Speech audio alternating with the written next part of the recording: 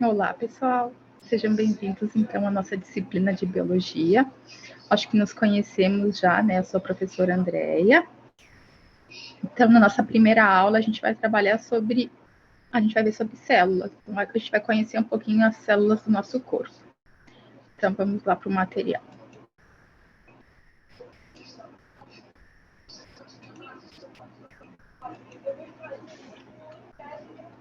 Então, o que seria a biologia? Então, biologia é uma ciência natural.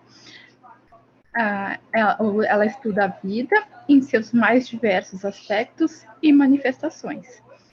Então, ela significa, em grego, bios significa vida e logos significa estudo. Então, a biologia estuda a vida.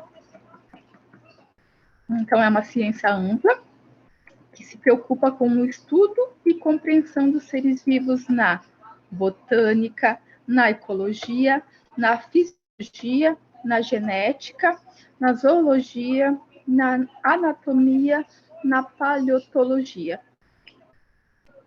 Então, todos esses campos são estudados na biologia.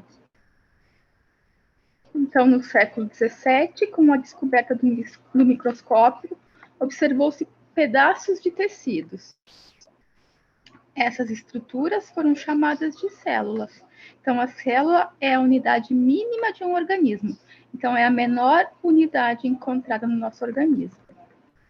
Então, no microscópio, ela é vista assim.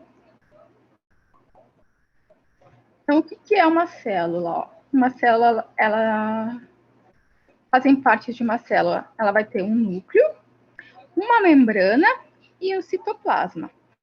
Nesse citoplasma, a gente vai encontrar várias organelas.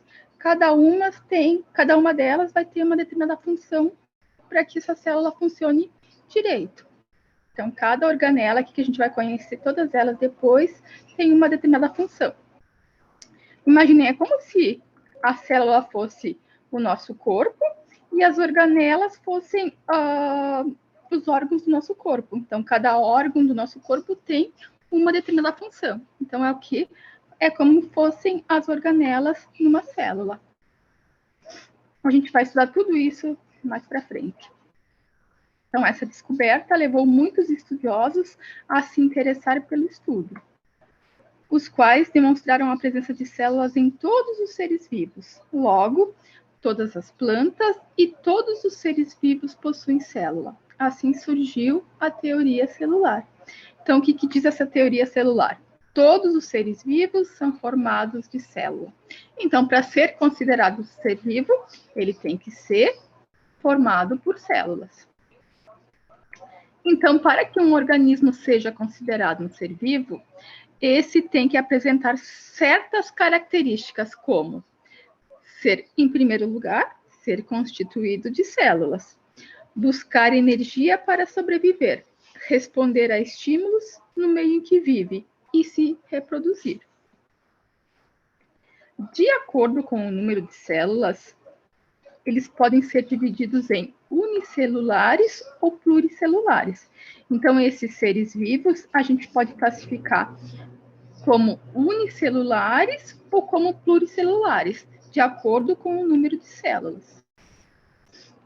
Então, unicelulares, o nome já diz uni, uma só, né? Uma única. Ó. Então, são organismos formados por uma única célula.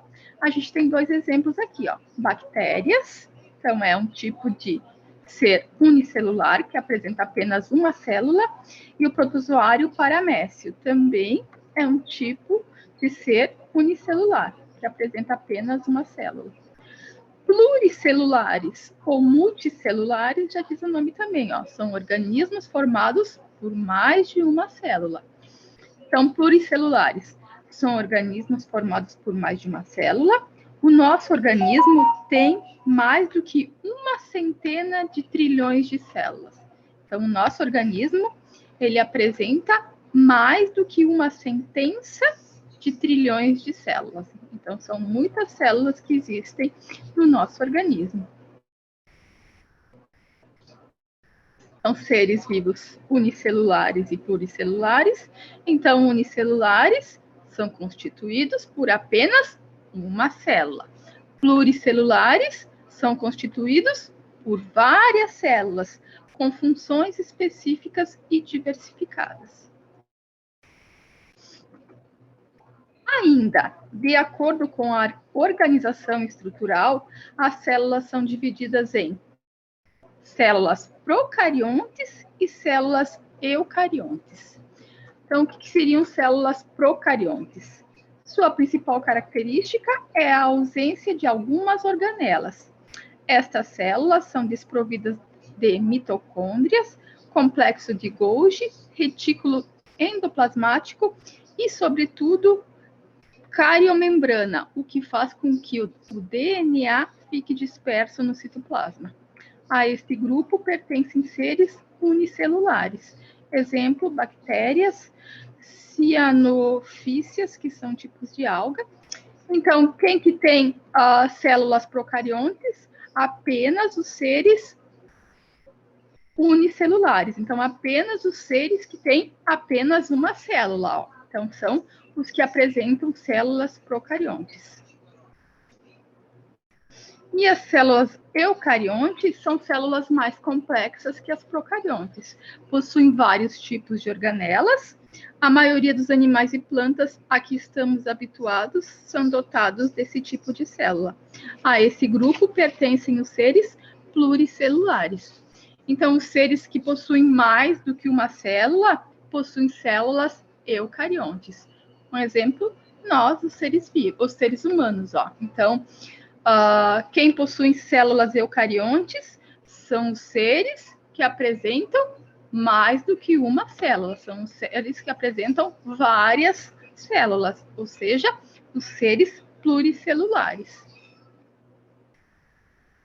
Os níveis de organização das células eucariontes. Então, nesse grupo das células eucariontes, a gente vai encontrar as células animais e células vegetais. Então, tanto os animais quanto os vegetais apresentam mais do que uma célula. Apresentam várias células. Então, a gente tem aqui um desenho da célula animal, outro desenho da célula vegetal. Então, a célula animal é uma célula eucarionte. Ó. Então, as células animais apresentam uma estrutura organizada. Elas possuem 3 partes básicas. Então, vai ter sempre a membrana, o citoplasma, onde ficam as organelas, e o núcleo. As células animais têm a função de originar tecidos e órgãos que apresentam funcionalidades complementares. Cada organela presente na célula desempenha uma função específica. Então, a gente tem aqui, ó. Então, a gente tem a membrana que fica ao redor aqui, que protege a célula. O citoplasma, que é tudo isso que está aqui no meio. E no centro, a gente tem o núcleo da célula. Então, o que são organelas celulares? As organelas ficam aqui nesse citoplasma aqui, ó. Então, a gente tem aqui algumas das organelas, ó.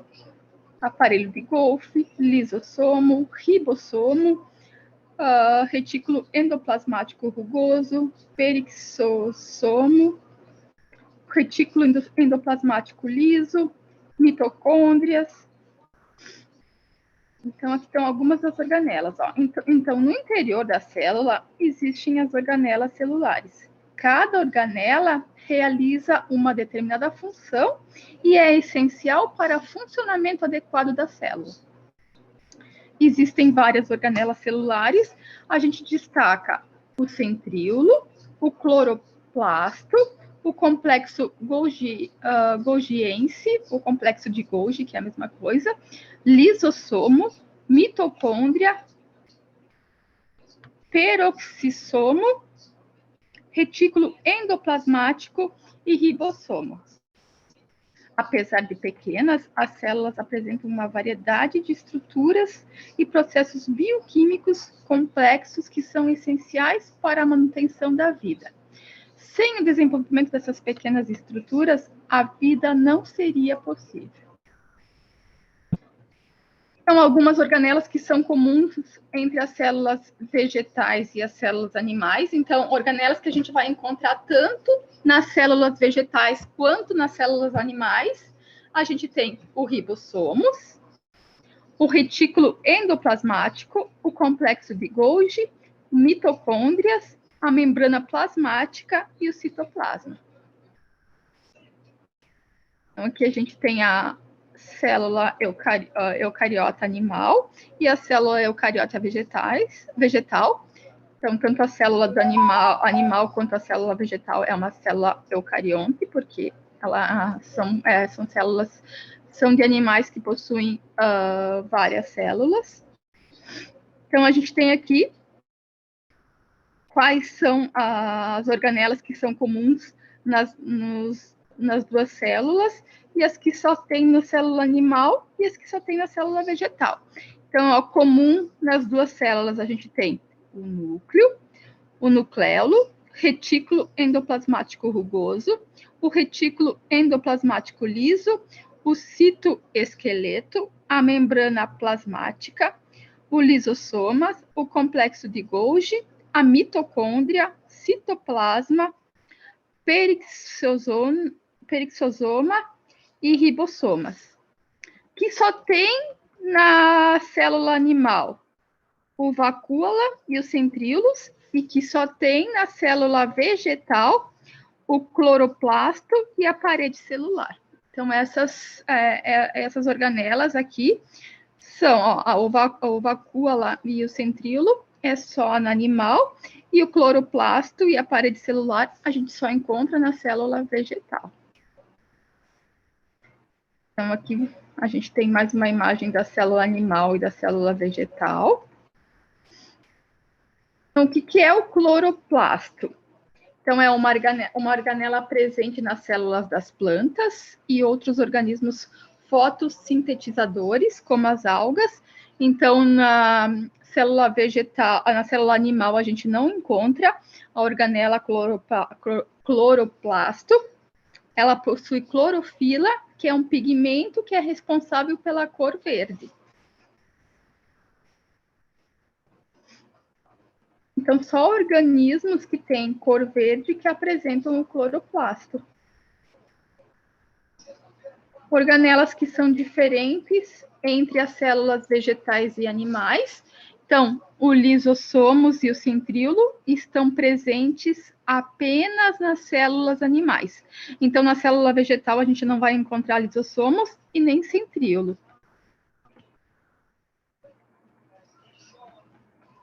E organelas que são diferentes entre as células vegetais e animais. Então, a parede celular e o cloroplasto estão presentes apenas nas células vegetais. Elas não apresentam centríolo. Então, a parede celular e o cloroplasto a gente só encontra na célula vegetal. Então, aqui, vista pelo microscópio, a gente tem a imagem da célula animal e da célula vegetal. Aqui, outras imagens que a gente enxerga pelo microscópio, ó. Célula dos seios paranasais humanos, células de uma cebola, células bacterianas.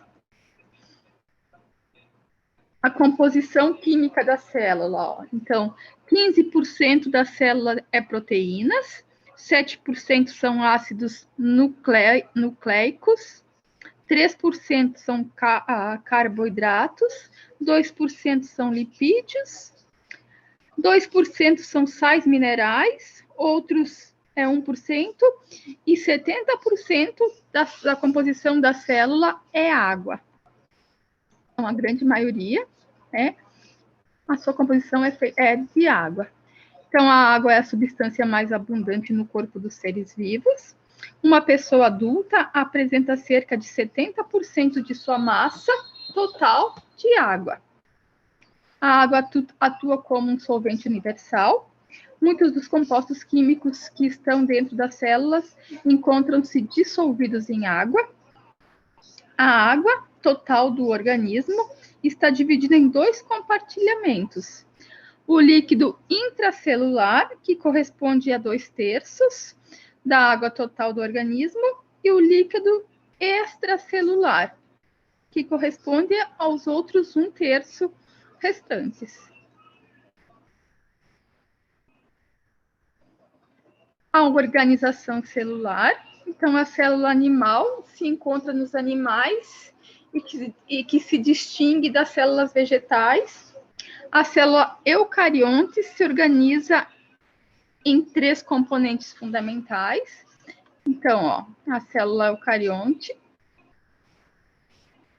ela vai ter sempre um núcleo, um citoplasma e uma membrana plasmática. Então, o núcleo que fica no centro, o citoplasma, que é tudo isso aqui, e a parte externa aqui, a membrana plasmática.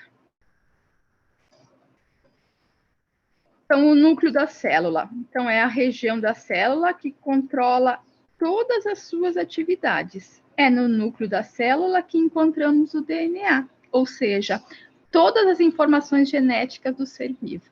Então, é muito importante o núcleo. Ó. Então, é no núcleo que a gente encontra o DNA, que é onde tem o cromossomas. Então, procariontes e eucariontes. Então, procariontes são células cujo material genético está disperso, sem núcleo. Por isso que a gente não tem DNA, porque não tem núcleo, então o material genético das procariontes fica disperso, por ela não apresentar um núcleo. E eucariontes, que são as células, que são dos seres pluricelulares, que tem várias células, são células que apresentam um núcleo e possuem carioteca. Então, aqui a gente tem a imagem do núcleo, do citoplasma e da membrana plasmática. Então, ou seja, somente as células eucariontes possuem núcleo. As procariontes não possuem núcleo. A membrana plasmática. Então, as membranas celulares consistem de uma dupla camada contínua de lipídios, com a qual proteínas e carboidratos das mais diversas naturezas interagem das mais diversas maneiras. Aqui a gente tem uma imagem da membrana plasmática. Então, quais as funções da membrana plasmática? Revestir e proteger a célula, selecionar o que entra e o que sai na célula, a passagem de substâncias do meio externo para o meio interno e vice-versa da célula se dá através da membrana plasmática. Então, essas são as funções dessa membrana plasmática, que é o que protege a célula, que é o que fica ao redor da célula que a gente viu aqui, ó. Então, é essa parte aqui que protege a célula. E o citoplasma é toda a região interna da célula, entre a membrana plasmática e o núcleo. No citoplasma, encontramos as organelas celulares, que são responsáveis por diversas funções e atividades das células. Então, foi que nem eu falei, ó. Imaginem que a célula é o nosso corpo, a membrana plasmática é a pele do nosso corpo, e aqui no citoplasma, a gente tem as organelas, que é como se fossem os órgãos do nosso corpo. Essas organelas, elas são responsáveis por diversas funções e atividades das células. Então, o citoplasma representa 50% do volume celular. Ele é formado por um líquido viscoso chamado citosol. É o espaço onde está contido um material de aspecto gelatinoso, formado basicamente de água, cerca de 80% da sua totalidade, e outros componentes, tais como proteínas, diversos íons, sais minerais, açúcares, aminoácidos e alguns nutrientes. Organelas citoplasmáticas. Então, agora a gente vai ver cada uma das organelas que ficam ali no citoplasma. E cada uma tem uma função específica na célula. Então, ribossomos, estruturas livres no citoplasma, ou aderidas a outras organelas. Sua função é a síntese de proteínas. Como a gente enxerga, ó. Ali estão os ribossomos. Como a gente enxergaria eles no microscópio. Então, os ribossomos são responsáveis pela produção de proteínas, cerca de 50 tipos diferentes de proteínas, componentes muito importantes para a célula e para o organismo. Cada ribossomo é formado por 2 unidades de tamanhos diferentes. Ó. Então, a gente tem aqui um amarelinho e um verdinho. Então, o amarelinho sempre vai ser menor e o vermelhinho maior. Então, o complexo de Golgi agora. Então, é um conjunto de estruturas achatadas. Sua função é eliminar substâncias produzidas pela célula. Então, a gente tem aqui o complexo de Golgi, olha, é tudo enrugadinho.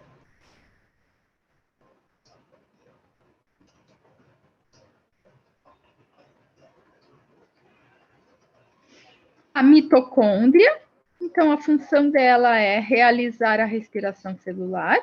Elas são verdadeiras casas de forças das células, pois produzem energia para todas as atividades celulares.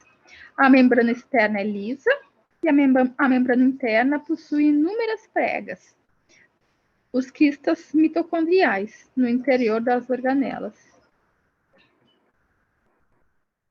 Como a gente enxergaria elas aqui no microscópio.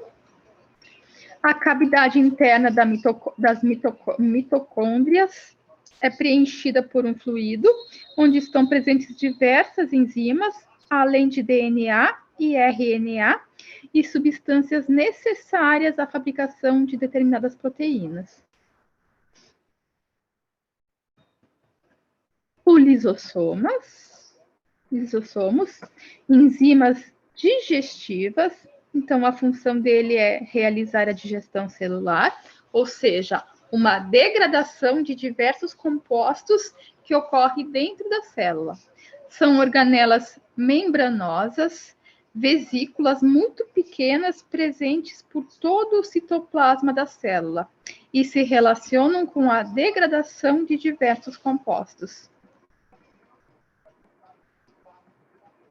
Então, o lisossoma, estrutura que apresenta enzimas digestivas capazes de digerir um grande número de produtos orgânicos. Realiza a digestão intracelular.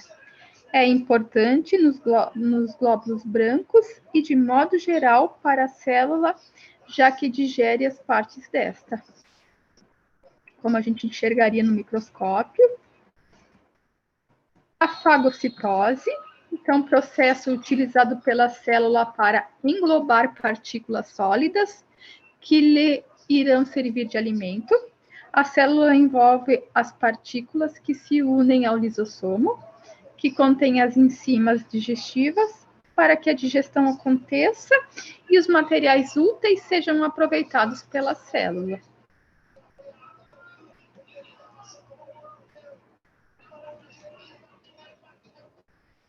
A pinocitose, então, processo semelhante ao da fagocitose, pelo qual certas células ingerem líquidos através de minúsculos canais que se formam em sua membrana plasmática. Posteriormente, esses materiais são digeridos e aproveitados pela célula. No organismo humano, por exemplo, é através do processo da pigocitose que as células do intestino delgado capturam gotículas resultantes da digestão.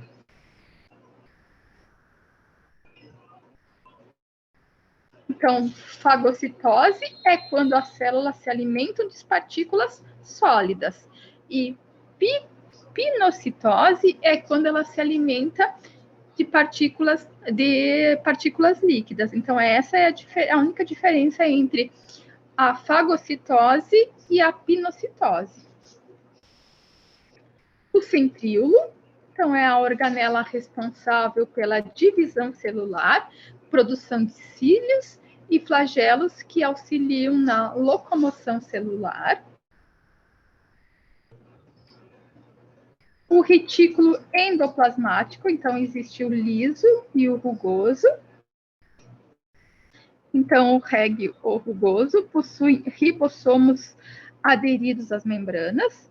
A função do rugoso é transporte e armazenamento de substâncias e síntese de proteínas. E do liso, ele é constituído apenas por membranas. Ele é responsável pelo transporte de substâncias no interior da célula, síntese de lipídios e neutralização de substâncias tóxicas, como, por exemplo, drogas e venenos.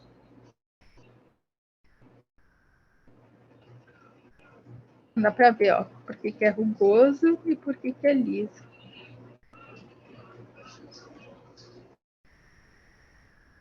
Aqui tem as estruturas celulares estudadas. Então, a gente estudou o ribossomos, o mitocôndria, o complexo de Golgi, o centríolo, o lisossomo, o retículo endoplasmático liso, o retículo endoplasmático rugoso. Então, aqui a anatomia da célula. Então, núcleo, onde fica o material genético ou os cromossomas das células. Ribossoma, organela que produz as proteínas. Aparelho de Golgi, organela responsável pelo endereçamento de várias substâncias na célula. O retículo endoplasmático também participa na produção de proteínas e lipídios, principalmente hormônios. Mitocôndria, responsável pela produção de energia da célula, para que possa executar todas as suas funções pelas outras organelas. E o cromossomo é o material genético da célula, onde guarda todas as informações que somos. Então, a ciranda celular, ó, começando pelo 1. Mitocôndria. Mitocôndria é quem faz a respiração. Depois vem o 2, ribossoma. Sintetiza a proteína de montão. 3. O complexo de Golgi armazena a secreção. Depois o 4. Risossomos tem enzimas para fazer a digestão. 5. O retículo apresenta a função de transportar. Número 6. O centríolo participa da divisão celular. Então, essa foi a nossa primeira aula. Espero que tenham gostado. A gente se encontra na próxima aula. Beijo, boa semana.